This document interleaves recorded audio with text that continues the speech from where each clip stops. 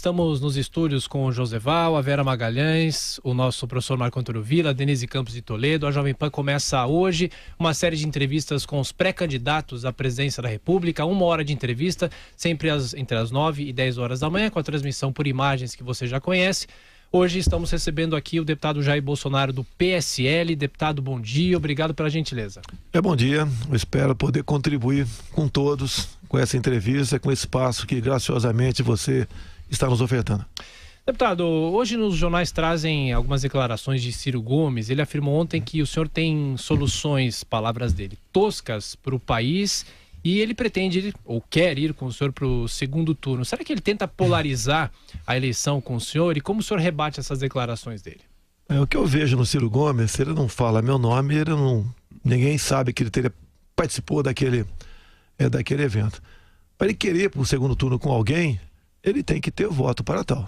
E no momento ele não tem. Tanto é que ele continua uma das suas teses, né, e defender um possível indulto para o Lula, tentando atrair os eleitores dele. Eu acho que nós não podemos ter um retrocesso na Lava Jato. Entrando na mesa dessa barganha política, a questão do indulto aos condenados pela Lava Jato. Deputado, bom dia. É bom com o senhor sempre debater, porque muitos políticos brasileiros fogem do debate. O senhor tem uma grande qualidade, que é vir participar do debate, pôr a cara para bater, para apanhar. É assim como funciona a política, né? Então é louvável muito essa sua disposição para o diálogo e tal. Eu fui buscar aqui, no dia 23 de maio, o senhor esteve aqui do ano passado, né? A primeira pergunta que eu fiz para o senhor foi sobre economia. E na minha leitura, o senhor não respondeu. Nesse um ano, acompanhei o senhor para e passo, todos os dias, as questões que envolvem economia. E o senhor continua, na minha leitura, com todo o respeito, não sabendo nada de economia brasileira. Eu queria saber, em síntese, qual é o programa do senhor? Uns 5 pontos, 4, 5 pontos, que o senhor falasse, olha, meu programa econômico é esse. E não só lembrasse aquela piada que o senhor já repetiu algumas vezes, Dilma era economista, viu o que ela fez com o Brasil. Quer dizer, o senhor não é Dilma. Isso não é piada, isso é uma verdade, é uma constatação. É uma verdade. Se você acha que é piada, é outra história. Não, mas é uma piada. Boa piada. Agora, aqui é coisa séria. É coisa séria, mas qual é o programa econômico? Com os 4 pontos. O que acontece? Você não quer perguntar também se eu sei de coisa de medicina, de agricultura? Não, de economia. Não, peraí. Quem vai administrar um país vai ser um presidente e seus ministros. Sim. Tanto é que eu estou tendo a satisfação de ter o Paulo Guedes como consultor meu nessa área. Perfeito. E ter ouvido muito ele. Você fala em pontos, né? Sim. Ele quer diminuir o tamanho do Estado. 10, né? Tem que diminuir.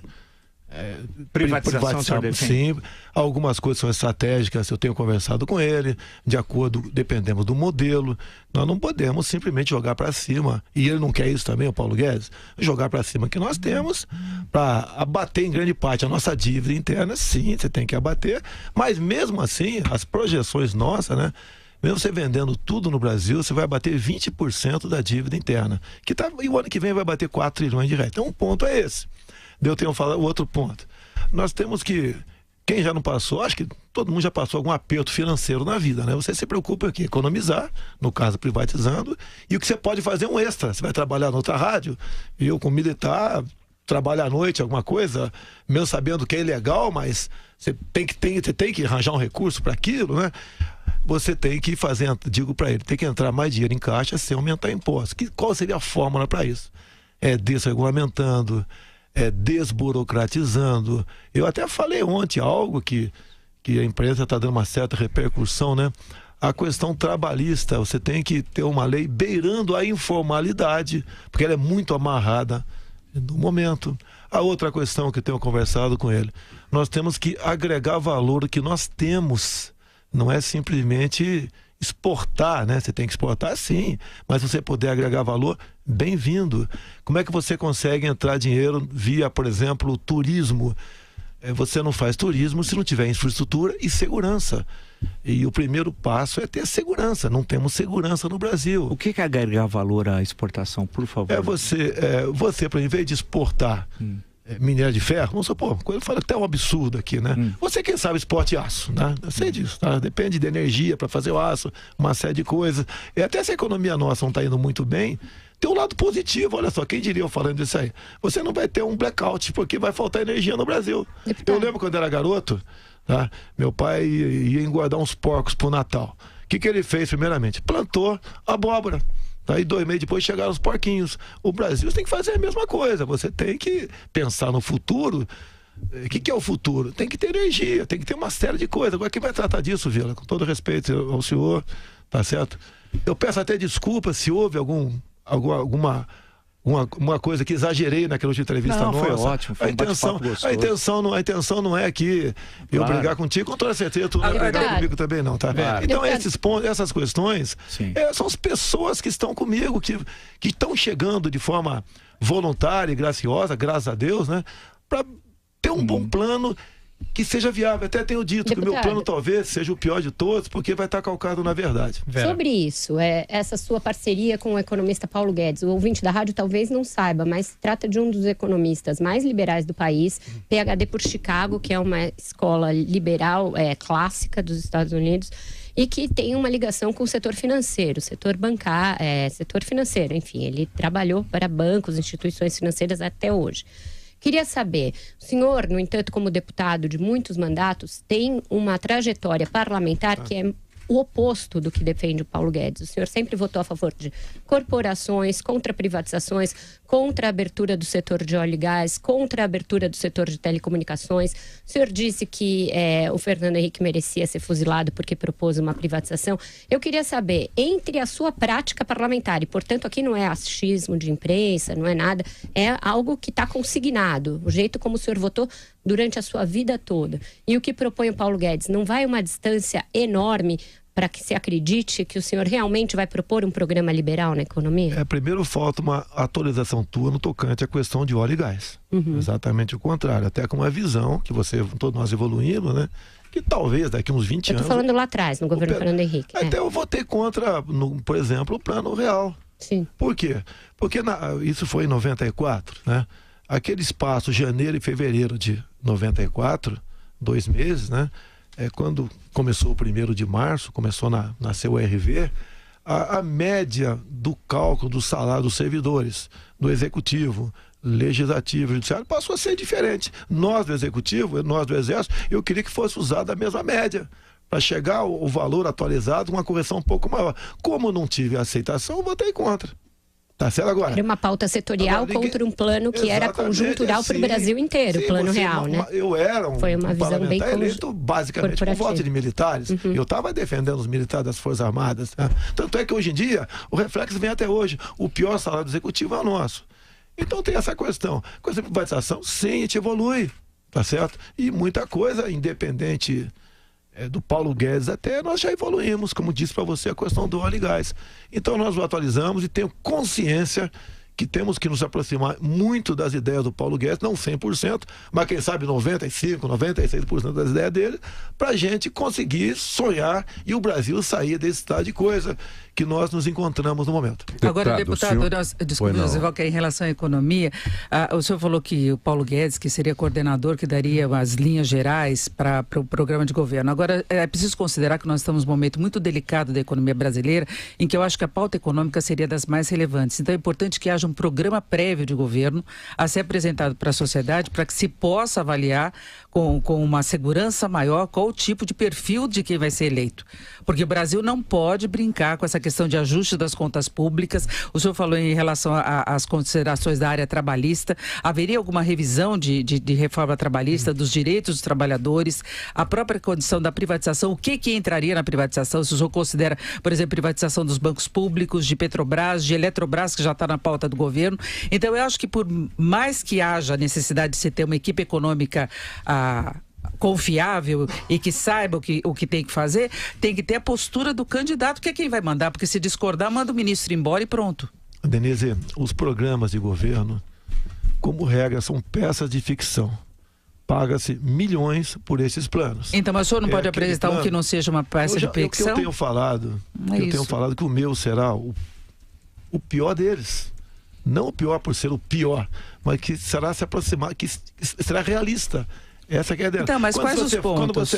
Quando você fala, por exemplo, em reforma trabalhista, CLT, o que eu tenho conversado? O que eu quero, o que você quer, pode ser o melhor do mundo, mas você tem que ter um olhar para o parlamento. Lá nós temos o gargalo. Quando chegou a reforma da Previdência, eu estava no Piauí. Eu falei, não vou votar isso. Falei, não vou votar essa reforma que está aí.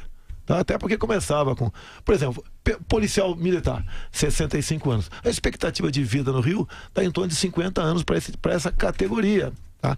Estava ali, a ideia era depois botar as forças armadas. Tiraram os militares da reforma. Foi tirando, foi virando. Eu acabei não acompanhando mais. Todo dia mexia alguma coisa. Quando tiver a proposta final, já que eu tenho participado pouco em Brasília, tenho dado o Brasil todo, eu vou ver como é que me posiciono nessa questão. E assim eu fiz. Dependemos do parlamento, não é o que nós queremos. Agora, você pode ter as corporações que agem pesadamente dentro da Câmara. Você tem que levar em conta isso. Não é o que eu quero. O que você quer, o que o Paulo Guedes quer. Não, mas tem que ter um programa. Nós vamos apresentar um programa. O eleitor não pode votar no escuro. O programa, você tem que apresentá-lo, né? Por ocasião do registro da sua candidatura. E nós então isso vai ser apresentado? É lógico que vai ser. Isso faz parte da legislação. Só em agosto, deputado? Não sei se antes. Eu acho que quanto mais tarde, melhor preparado ele será. Eu acho que deputado, um assunto que o senhor conhece muito. O problema das fronteiras do Brasil e da violência do país. Como é que o senhor vai resolver isso? Olha só, nós temos que identificar de onde vem o problema. Tá ali o paciente na mesa, né? Qual é o tumor para a gente... Não é jogar água fria em cima como estão fazendo nessa intervenção federal lá no nosso estado do Rio de Janeiro. O que eu vejo de errado? Uma equivocada política de direitos humanos. Nós temos de direitos humanos? Equivocada a política. Ninguém é contra direitos humanos. Equivocada a política. Onde o viés é em cima tratar o errado como uma vítima da sociedade. Ultimamente tivemos aqui a questão das audiências de custódia. Mas, deputado, desculpe, a pergunta era sobre fronteira. O senhor está falando de direitos humanos? Mas eu estou dando o diagnóstico da violência. Ele fez uma pergunta 3 itens para mim. Estou falando da questão da violência, o diagnóstico da violência. A política, falo muito em política de desencarceramento, tá? No meu entender, não tem que existir isso daí, tá? A questão de saidões, nós tentamos na Câmara de 7, passamos para 2 ou 3 saidões na Câmara, o Senado barrou lá. Esse próprio delegado da Polícia Federal, que havia trabalhado com meu filho aqui em São Paulo, foi assassinado por um dos bandidos, né? Estava no saidão dos Dias das Mães.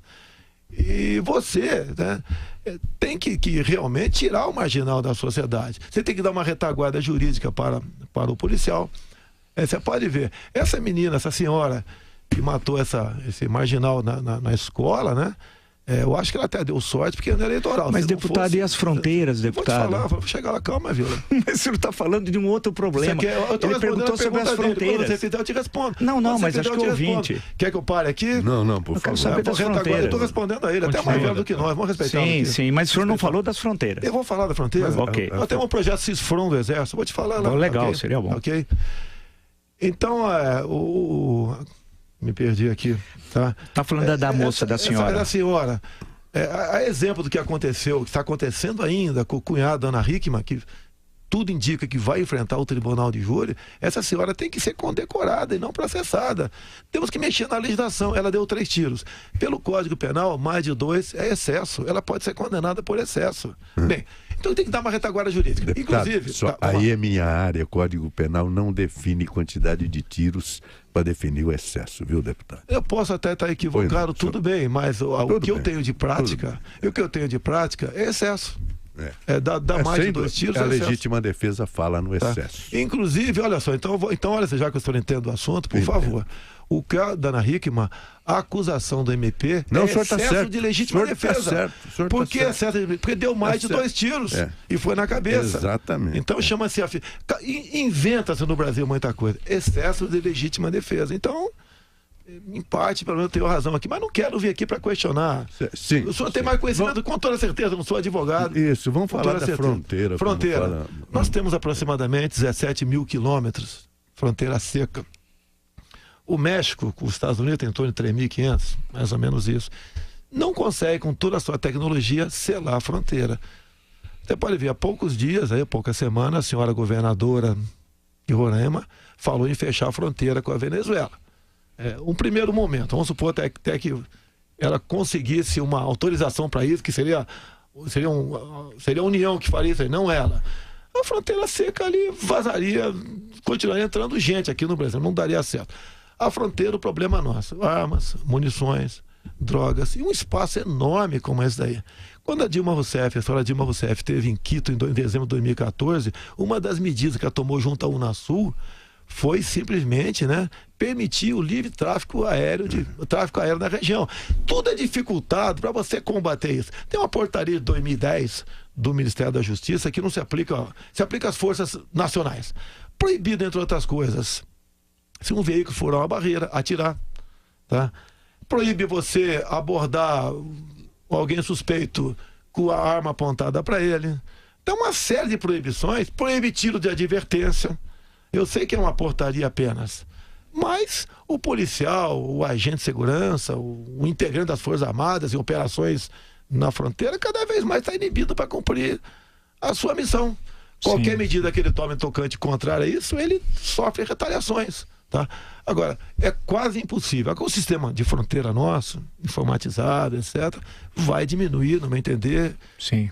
Com toda certeza vai diminuir a entrada de ilícitos no Brasil. Deputado, rapidamente, ontem o senhor, de acordo com o jornal O Estado de São Paulo, o senhor teria dito numa palestra na Associação Comercial do Rio de Janeiro, uma palestra paga, disse que foi um sucesso e tal, o senhor teria defendido a ação contra as invasões do MST e do MTST, que nós aqui sempre criticamos muito, inclusive, a ação desses dois movimentos, mas o senhor sugeriu uma forma de combatê-los usando lança-chamas.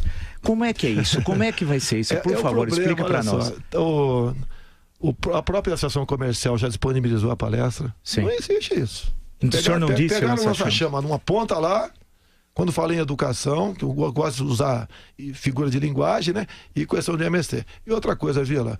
A questão do lança-chamas teria sido o senhor dizer que vai tirar os simpatizantes do Paulo Freire de dentro do MEC usando o lança-chamas. Foi no Ministério da Educação. Aí tudo bem. Tá, e como é que é usar o lança-chamas? O senhor vai chegar lá e... Mas é uma força de expressão, não posso usar figura de linguagem, força de expressão. Mas é duro, hein?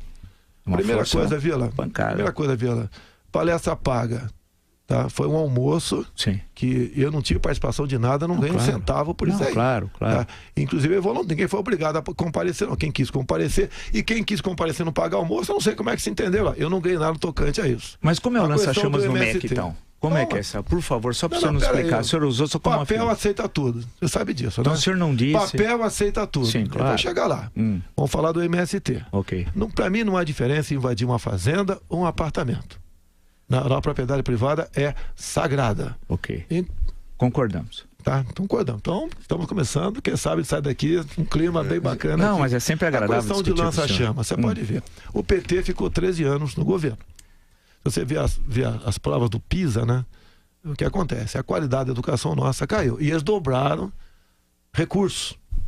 Ok?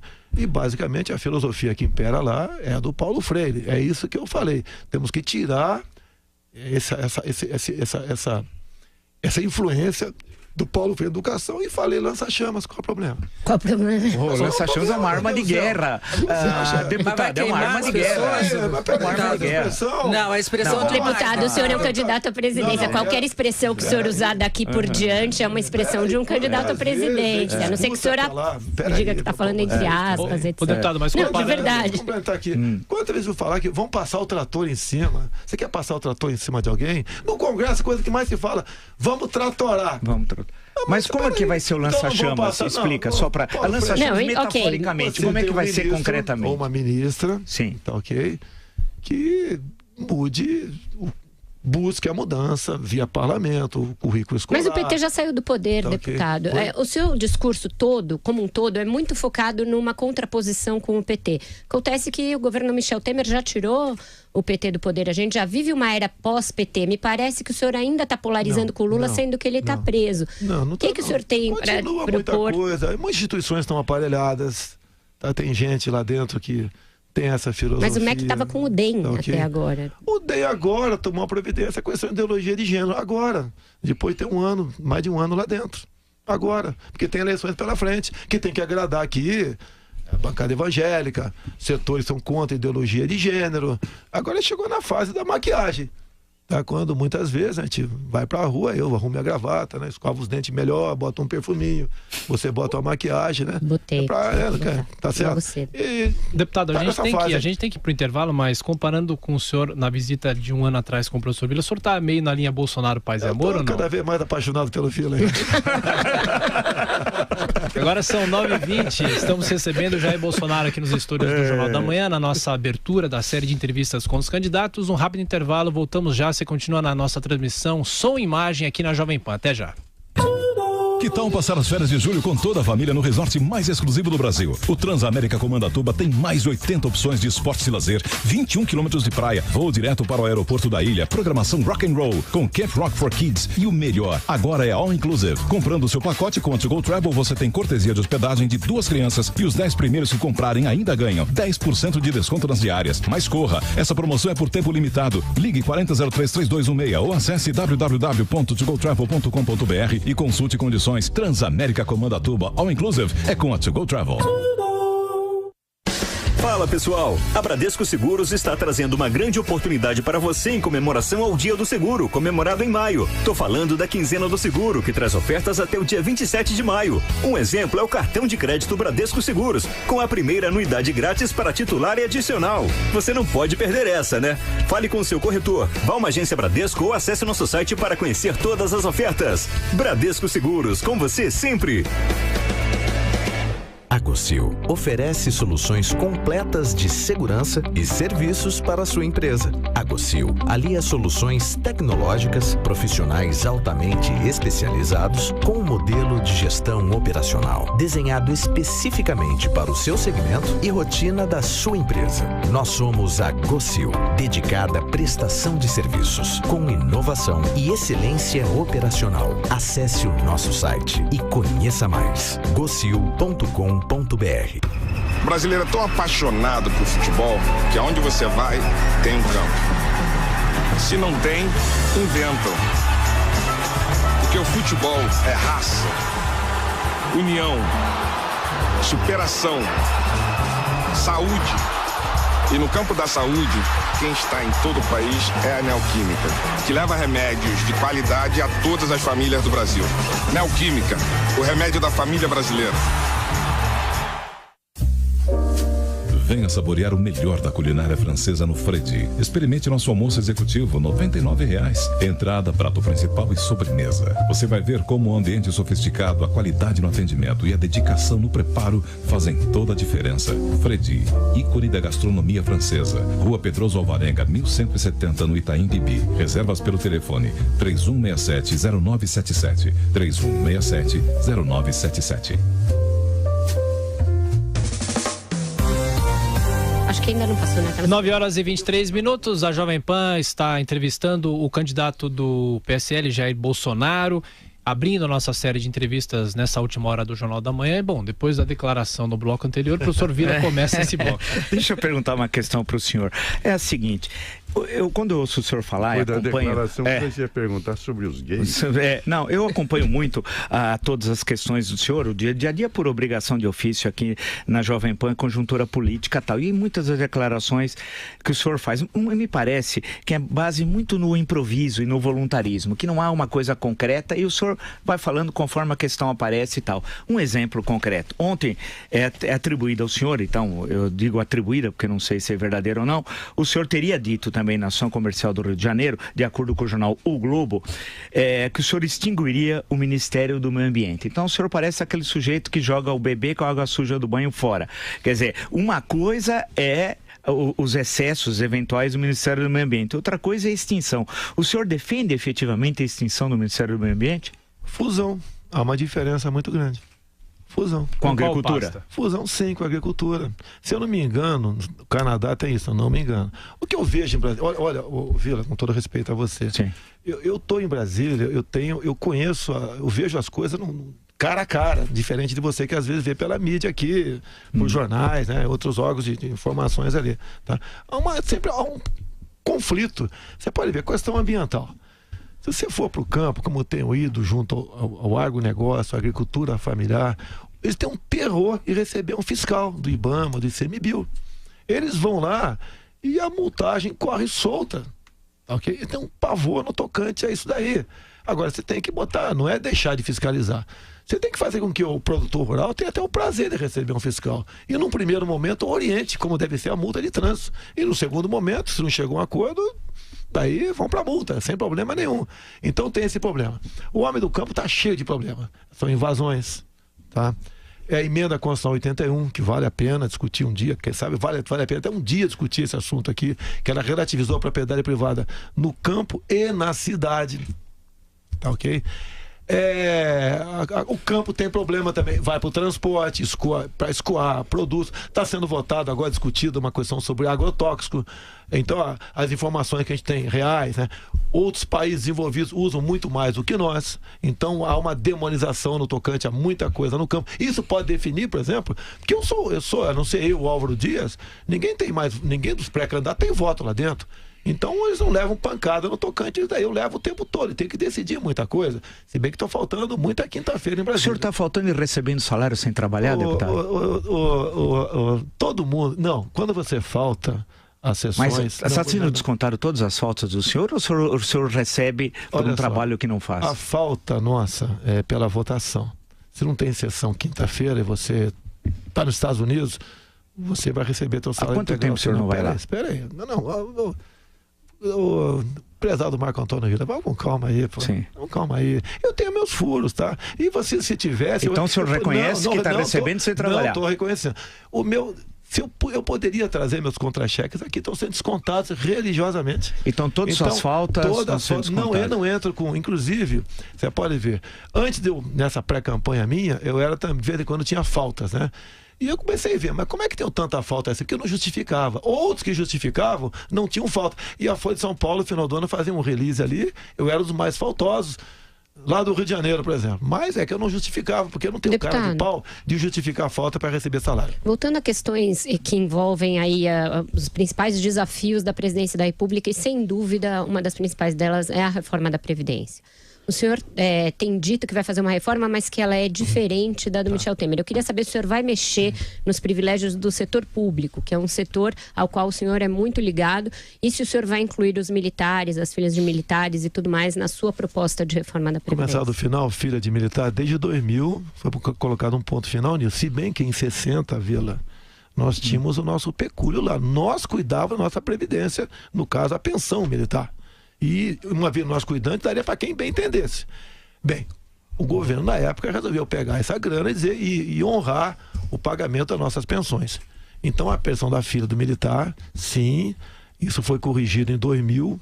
E o senhor vai incluir os militares na setor? Não acabou, é só quando todas morrerem e os que tiverem na ativa aqui para ter filhos vai ter acabado. Quem já está recebendo, você não tem como tirar. Não, mas a forma como os que vão tendo filhas ainda tem os que têm esse direito, isso continua. Você pode corrigir isso daí. Então, isso é um absurdo. Sem problema nenhum. A gente sabe, inclusive, mas houve uma revisão de fraudes, por exemplo, que elas recebiam no caso de não casar. Houve uma revisão e a justiça acabou derrubando isso daí. O senhor não acha que esse é um erro? Porque a gente sabe das que não casam formalmente para conseguir receber. E os militares têm uma despesa, um peso enorme. E se eles vão ser incluídos no regime geral? Então o Ministério da Marinha fez um estudo na época, né? Se os recursos nossos tivessem conosco, que nós não fizemos como postales, né? Não faríamos como postales, comprar papel na Venezuela. Nós, né, teríamos para pagar por 108 anos a pensão da filha do militar. Então, mas pode separar isso? Olha só. O que está feito você não tem como desfazer. Tá? Você tem razão. A minha filha hoje em dia será pensionista. Você tem razão. Você tem razão nisso aí. Eu acho que isso é uma distorção. É uma distorção que você pode ver. Sem problema nenhum. Agora as filhas que nasceram até aquela época é outra história. Não, aí não, mas aquelas de fraude que não casam, mas tem renda, tem que ser em casamento. Não, mas eu vou te falar uma coisa contra mim. E não interessa se a filha do militar é casada ou solteira, ela ganha a pensão. Então você tá entendendo? Eu não vou esconder nada de você. Mas tem um custo. No tocante a isso. É lógico que tem. Em relação ao regime geral, como é que o senhor vai fazer? Como a filha do servidor civil, se eu não me engano, até... Também tem 80 e pouco, tem ideia. Também era solteira. Aí havia fraude. No nosso meio, não. A casada tem direito à pensão também.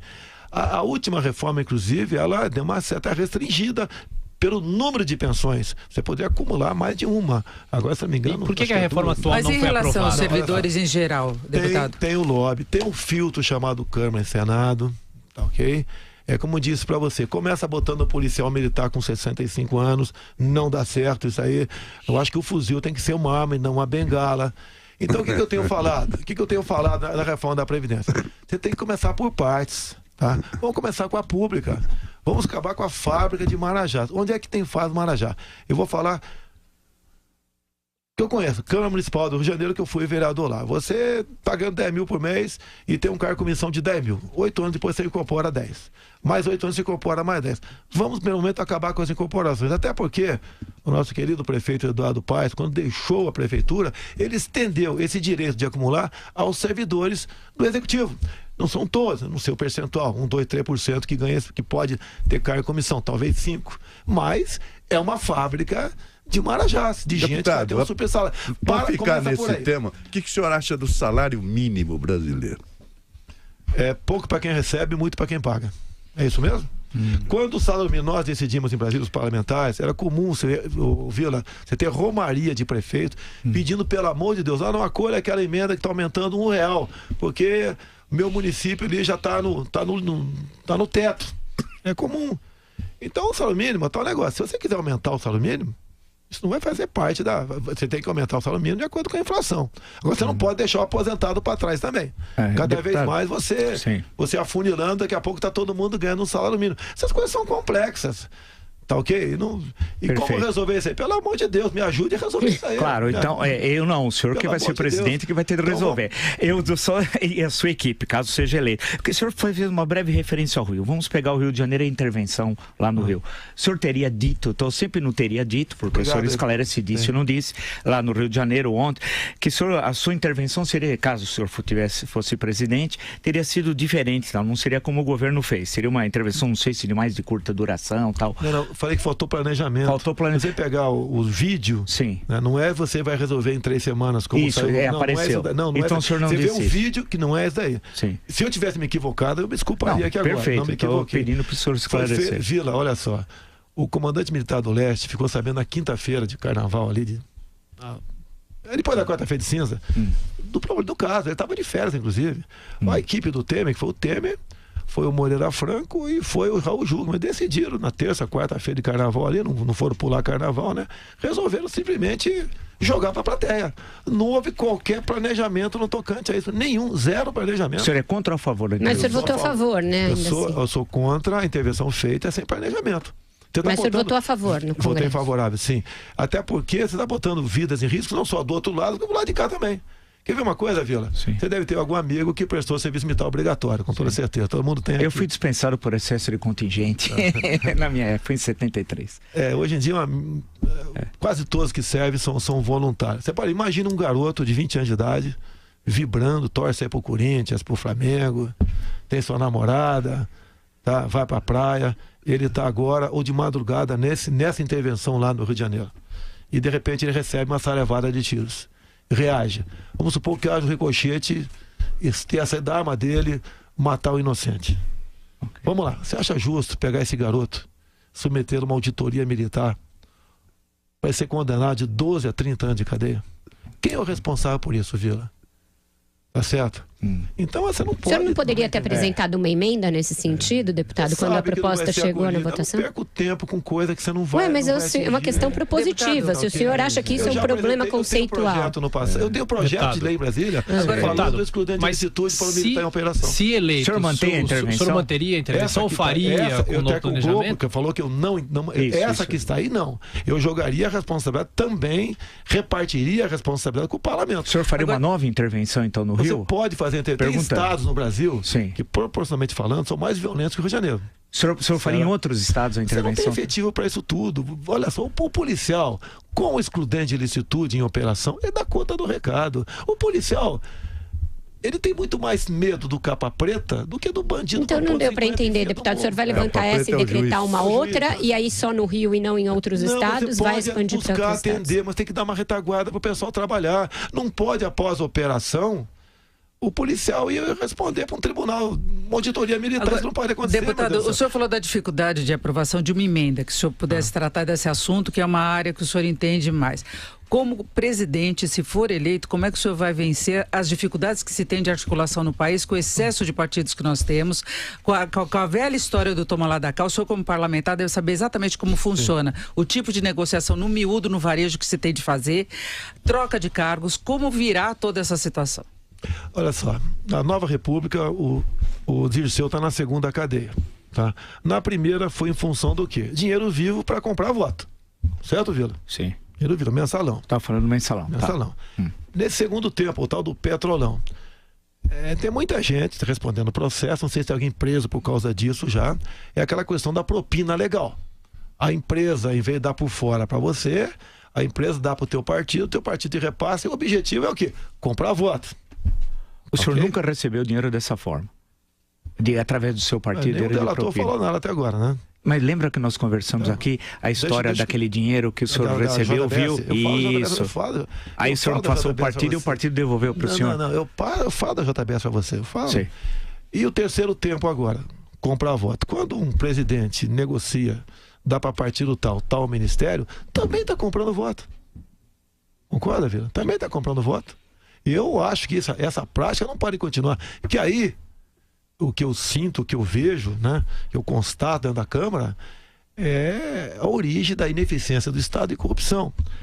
Vila, em 2014, Vila, a legislação mudou no tocante a doações.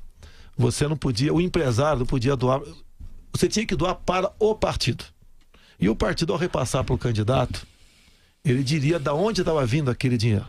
Então, quando chegou na minha conta do partido R$200 mil, eu fui ver quem era o doador originário, JBS Friboi. Naquele tempo não existia a figura da propina legal. Estava legal aquele recurso, Vila. Mas o que eu fiz? Sabendo dos empréstimos da JBS, junto ao BNDES, e que era para comprar apoio parlamentar, eu simplesmente fiz um cheque nominal, devolvi o dinheiro para a origem.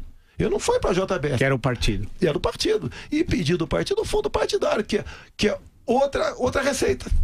É isso que aconteceu. Nada mais. Mas então, se tem 3 formas de propina legal, a seu ver, qual vai ser a sua forma de negociação com o Congresso, tendo em vista que o senhor é de um partido muito pequeno, incapaz de sozinho aprovar qualquer tipo de medida? Nunca nenhum presidente teve um partido majoritário lá, né? Acho que chegou a 70, 80, o PT, por aí. Mas já houve alianças, né? Do seu partido sem nenhuma aliança. Disso, né? Ministério, o meu ex-partido PP, era o senhor Paulo Roberto Costa que negociava isso lá. Você vê o Roberto Youssef. Então, mas como driblar isso tudo? Bem, vamos lá. Tem um grupo de aproximadamente 50 deputados que tem crescido, que tem gente boa dentro do parlamento, não é todo mundo farinha do mesmo saco, como diz, que querem realmente fazer algo para o Brasil. E esse grupo tem que ter uns 50, sei que está pequeno, pequeno. Está crescendo. Nós queremos conversar com os parlamentares de forma individual. Tirar daquele julgo do líder partidário. Tá? Você pode ver, quando eu estive em Roraima, como é que nós atenderemos Roraima? Como é que você pode atender a bancada ruralista, em parte os anseios da bancada evangélica, bancada da segurança. Então isso estamos botando no papel, conversando com esses parlamentares. Mas o senhor acha que dá para ser presidente da República negociando caso a caso no varejo desse jeito? Eu falei bancadas, estado, região, tá? Outros interesses. Porque se você for fazer a mesma coisa, prezada Vera, eu vou estar conversando com o Sérgio Moro em Curitiba, então, não vai demorar. Então o senhor acha que os partidos não servem para nada no Brasil? Não. Da forma como eles fazem política, lamentavelmente, grande parte não. Tem os comandantes de partido. É muito melhor você ser, hoje em dia, presidente de partido, com esse interesse, do que ser parlamentar. Ou se você não mudar essa forma de fazer política, vai continuar a ineficiência do Estado, que reflete na educação, saúde, etc, etc, etc, e nem corrupção. Deputado. Nós temos que buscar outra maneira, Vera. Sim. Essa que está aí não dá mais. E esses deputados, 50 aproximadamente, têm consciência disso. O senhor já tem o seu vice? Janana Pascoal, Magno Malta? Não, olha só, eu tenho o namorado do Magno Malta, ok? O que eu vejo do Magno Malta? Para mim, eu fecharia com ele hoje. O partido, pelo que parece, fecharia também. E deixo claro que a imprensa está noticiando que eu tive a semana passada com o Valdemar da Costa Neto. Não estive. Se estivesse, falaria sem problema nenhum. Mas ele foi condenado no mensalão, é um corrupto muito conhecido. Ele devia estar preso, prisão perpétua, porque ele é um bandido, né? O meu acordo será com o Magno Malta. E não com o Valdemar da Costa Neto. Mas isso não existe, deputado. Valdemar da Costa Neto manda no PR, ele é dono do PR. Da cadeia ele fazia aliança, o senhor lembra? Então qual partido eu vou procurar? Eu vou partir desse princípio teu. Não, mas então o senhor diga, eu vou conversar com ele porque ele é o presidente do PR. Não fingir que ele não existe. Não estou fingindo. Ele existe. Eu já conversei com ele no passado, sim. Já conversei com o Roberto Jeff no passado. Já conversei com o Genuíno no passado. Já conversei lá no passado. Até com o Lula, o senhor não foi lá conversar com o Lula já troquei um dedo de plano com ele, numa entrega de espada lá na Academia Resende. Poxa, você tá ali. Já sentei meu lado do Maluf na Câmara várias vezes. Foi do partido dele. Fui do partido dele. Mas eu não, olha só, o Youssef mesmo disse que do meu PP, né, apenas 3 deputados não pegaram dinheiro na Petrobras, não era eu. Outro ele falou que era o Maluf. Sim. Outro disse que era a Ana Amélia. Tá certo? Agora, você tá ali dentro, eu não tenho como deputado, dizer que... Perfeito. Deixa eu só perguntar uma questão. Já que o senhor candidato a presidente do Brasil, algo tão importante, nós falamos naquela vez, naquele encontro quando o senhor esteve aqui, sobre algumas questões de política externa, tanto no campo econômico como no campo político. Como que vai ser a política externa do senhor, do Brasil, e a questão dos acordos econômicos? Qual é o papel do Mercosul, da União Europeia, da globalização? Como é que o Brasil vai se inserir nessa nova ordem econômica internacional? E no campo político, por exemplo, qual é a nossa posição em países que desrespeitam os direitos humanos, como a Venezuela? O senhor anteriormente fez uma questão sobre direitos humanos, que é uma linguagem mais vulgar, feita por noticiário policial, que não entende a importância dos direitos humanos, que não é direito para bandido, é direito para cidadão de bem. Agora, como é que vai ser a política externa num eventual governo do senhor? O que a gente estava discutindo é a questão policial. Então, eu respondi no tocante. Não, perfeito. Na política externa, como é que vai ser a... Você tá entendendo? Não, mas vamos ficar tranquilamente. Como é que vai ser? Claro, tranquilamente, como é que vai ser? Você fala educação do primeiro grau, ensino fundamental. O senhor ia com lança-chama, Deus do céu. Eu vou fugir do mercado. Tem para vender lança-chama no mercado, Vila? Não, ainda bem, né? O senhor é a favor da liberação? Só faltava você é a favor da liberação do lança-chama. Não brinca, não. Mas voltar à questão, deputado, seriamente, a questão da política externa. Você fala em coisa séria e tenta debochar. Não, a questão da política externa. Falando sério, você pode ver um exemplo concreto da política externa nossa. Sim. A senhora Dilma Rousseff, tá, deputado? A senhora Dilma Rousseff não recebeu as credenciais do embaixador de Israel. É uma política feita pelo viés ideológico. Sim. Isso tem que deixar de existir. Tá? Eu, particularmente, vejo com bons olhos o bilateralismo. Você pode ver, fui procurado esses dias, eu sei que faz parte do Mercosul, né? Por um deputado recém-eleito, que vai fazer parte do atual presidente eleito no Paraguai. Ele quer se aproximar de nós e, logicamente, interessa. O Paraguai, eu sei que o PIB do Paraguai é menor que de muitos estados no Brasil, mas estão crescendo 7% lá. Mas o nosso exemplo não pode ser o Paraguai, com todo respeito ao Paraguai. Nós somos um grande país, né? Eu acabei de falar para você que o PIB do Paraguai é menor que um estado do Brasil. Perfeito, não, você tem razão. Eu sei que com toda certeza você entende muito mais economia do que eu. Só que eu sou uma pessoa muito mais humilde. Não, perfeito, mas não tanto assim. Mas a política externa, qual é a relação com os Estados Unidos e com a Europa? Deputado, Vila, desculpe, em homenagem à sua humildade. Vamos fazer um intervalo comercial. Inverno, junte já seus pontos. Padaria, drogaria, junte pontos no instante. Barzinho, lanchonete, até no restaurante. Compre pontos, ganhe pontos, vale até da sua empresa. Junte pontos com parceiros. Liberdade é uma beleza. Inverno, junte já seus pontos. Junte pontos usando o seu cartão de crédito no dia a dia ou comprando nos nossos parceiros. Inverno, junte já seus pontos. Já falei, chama a Pancron. A Pancron resolve. Pancron Indústria Gráfica, bom dia. Oi, é verdade que vocês são feras em artes gráficas e que sempre conquistam os melhores prêmios na impressão de material promocional, livros e revistas? É verdade. Ufa, ainda bem. O meu chefe mandou chamar vocês. Já estamos indo. Pancron Indústria Gráfica. Toda vez que você quiser qualidade, prazo e preço, não tem jeito. Chama Pancron. São Paulo 3340-6901. A Pancron resolve. Ela é espetacular. Ela é a titular. De quem estou falando? Da cerveja proibida. A cerveja número 10. Proibida é a cerveja que você convoca para ver seu futebol em casa ou no bar com os amigos. Proibida é espetacular. É a titular. É a cerveja número 10. Mas olhe fair play. Beba com moderação. Jovem Pan discute economia, a economia brasileira em perspectiva. Em ano de eleições, economistas, empresários e consultores debatem as estratégias de política econômica que devem ser adotadas para garantir o crescimento sustentável de longo prazo. Com a presença de Guilherme Afif, presidente do Sebrae, Henrique Meirelles, ex-ministro da Fazenda e pré-candidato, Zeina Latif, economista-chefe da XP Investimentos. Dia 28 de maio, a partir das 8 horas, no Tivoli Mofarrege. Oferecimento XP Investimentos. Assessoria de verdade, sem custo. Abra sua conta. A Jovem Pan é som e imagem. Assista ao Jornal da Manhã em seu computador ou celular, pelo YouTube, Facebook e nas nossas plataformas. Agora são 9h44. Quer repetir, Joseval? 9h44. Ô, deputado, a Vera tem uma questão aqui, professor, mas eu já queria colocar a seguinte questão. O senhor, não sei se o senhor acredita em pesquisas, mas o senhor tem uma rejeição de cerca de 50%. Num segundo turno, isso é danoso, não é? Eu acho que todo mundo está próximo disso, né? Você pode ver, quem vota no PT, a princípio... Ou mais, né? Quem é o antagonista dele? Sou eu, joga pra cá. Agora, no segundo turno, no meu entender, hoje, diria, eu não acredito muito em pesquisa não, tá? Minha pesquisa é quando desço em aeroporto, quando encontro o povo na rua, converso com um taxista. E eu não tenho obsessão pelo poder, então estou tranquilo no tocante a isso daí.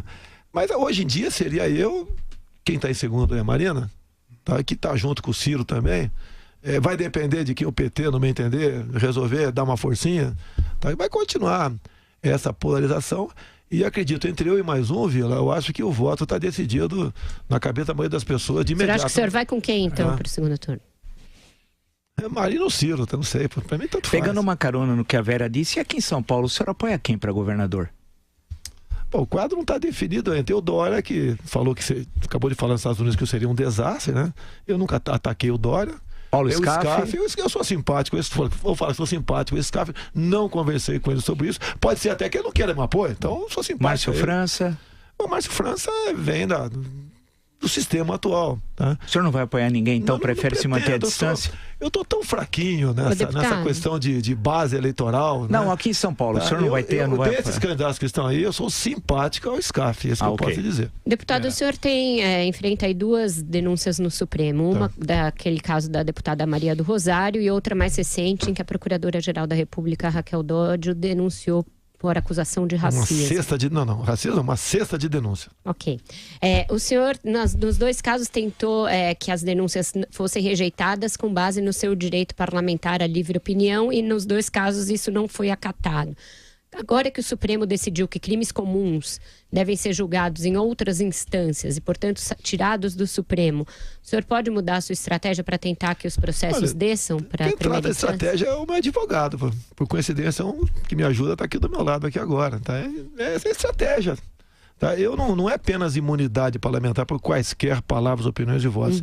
Eu, no meu entendimento, que eu não ofendi ninguém. Até na lei do racismo, pelo que eu vejo lá, traduzindo para o nosso linguajar, para o meu linguajar, né? Eu não permiti, por exemplo, que um cabo saia sargento do quartel porque ele é afrodescendente. Você não vai entrar nesse elevador por causa da cor da tua pele. Não aquilo. Pode ser algo de mau gosto, falar que ele pesava 7 arrobas, sim, pode ser, me desculpo até, sem problema nenhum. Mas foi num ambiente lá de absoluta tranquilidade. Nada mais além disso. Agora, você pode ver, nessa sexta, tá no tocante uma acusação que eu estou perseguindo índios também. Eu sou o capitão Custer, né? Com toda certeza.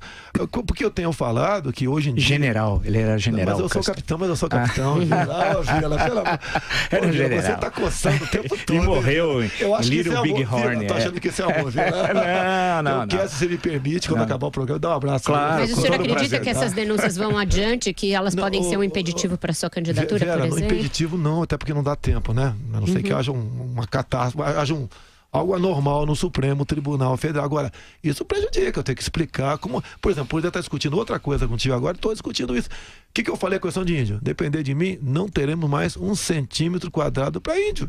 Isso a senhora Raquel Dodge, a sua assessoria, entendeu que eu estou agredindo o índio. Também me acusou de xenofobia. Nós não podemos ter um país aberto, como abrimos na última lei de imigração nossa. Fui em Roraima ver os problemas lá, tá certo? Então, essas questões entram na bolsa. Você vai revogar a lei de imigração? Essa que tem que ser mudada. Não é que eu vou revogar, depende do parlamento, eu vou propor. Propor a revogação e a troca pelo quê? Propor uma nova lei. Deputado, não ficar um país sem fronteira como nós temos no momento aí. Tem muita gente aqui nas redes sociais, Josevaldo, deixa eu só colocar essa pergunta para ele, falando que pesquisas mostram que 80% dos eleitores querem um candidato novo. O senhor seria esse novo? No tocante ao executivo, eu sou virgem. Tá? Não tenho nenhum cargo, inclusive nunca indiquei uma pessoa mais humilde que seja para ocupar um cargo no executivo. Eu estou lá dentro do parlamento. Inclusive, você pode ver, eu nunca votei com partido nenhum. Apesar de ter integrado o PP, entre outros partidos, nunca votei com partido nenhum.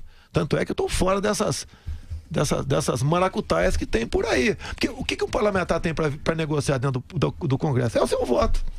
O executivo vê apenas seu voto. Eu sempre votei de acordo com o meu entendimento do pessoal que estava do meu lado. tá ok? Os outros são velhos, Ciro Gomes, Geraldo Alckmin. Olha só, você vê o Ciro Gomes, que tem falado a meu respeito, né? Ele continua falando que quer um indulto pro Lula. E daí ele falou... Mas ele negou, né, isso? Tanto lá na Suécia, naquele português e inglês dele, quanto ontem. O que ele negou é o seguinte, o que ele falou foi o seguinte... Ele disse que o Lula nem pode ser contemplado porque o Lula não se julga culpado. Agora você pode ver, o Hélio Gaspari, que ideologicamente não se afina comigo. A questão de 5, 6 semanas, um domingo lá, ele falou que no balcão de negócio, Vila, para composição de quem vamos apoiar no futuro, né, está o indulto para o pessoal do Lava Jato. E escreveu o Hélio Gaspari que o único pré-candidato dos que tem chance que não aceitariam isso, segundo o Hélio Gaspari, é o Jair Bolsonaro. Deputado, outra afirmação pesada, quente sua, foi que no problema da superlotação, o senhor não tem problema, que o senhor empilharia condenado em cima de condenado. Como é que o senhor vai resolver o problema da superlotação? De verdade. A gente vai sempre no problema, né? Tem recurso para fazer novas penitenciárias. Eu acho que quase todo o orçamento, está comprometido com despesas obrigatórias, ok? Agora, entre uma opção de empilhar e deixar um estuprador na rua, eu prefiro ele empilhado. É a minha opinião de cidadão brasileiro, que sei, né, mas que é pela Constituição, o presidente da República não pode fazer isso, deputado. Não pode o quê? Não pode empilhar preso. Não, olha só, hoje em dia, um policial militar pega um cara cometendo um crime aí fora. Ele vai em 24 horas para audiência de custódia. Diz as pesquisas que 50% estão postos na rua.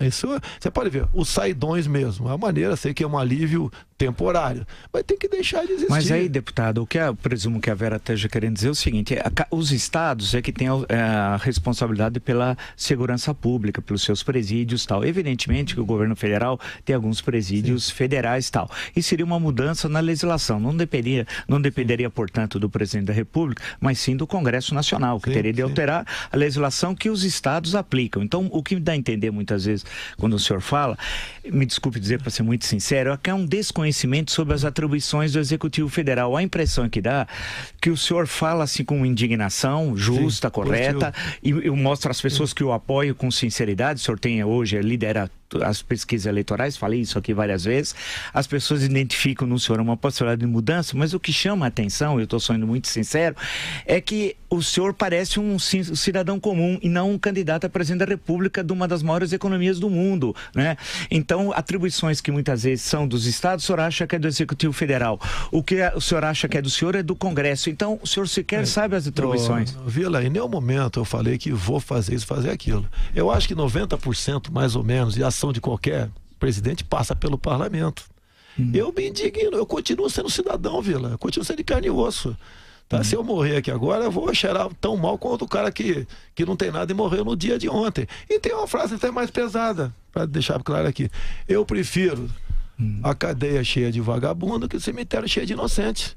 Eu tenho usado isso veio. Mas é uma frase de efeito, o senhor percebe sem concreticidade, deputado. Sem autenticidade, ninguém não, concreticidade. Não é concreto. O senhor teria. Isso daí é uma frase de efeito que a gente pode dizer num programa, mas não como presidente da República. Vila, eu não vou sofrer uma metamorfose aqui. Algumas coisas eu tenho corrigido.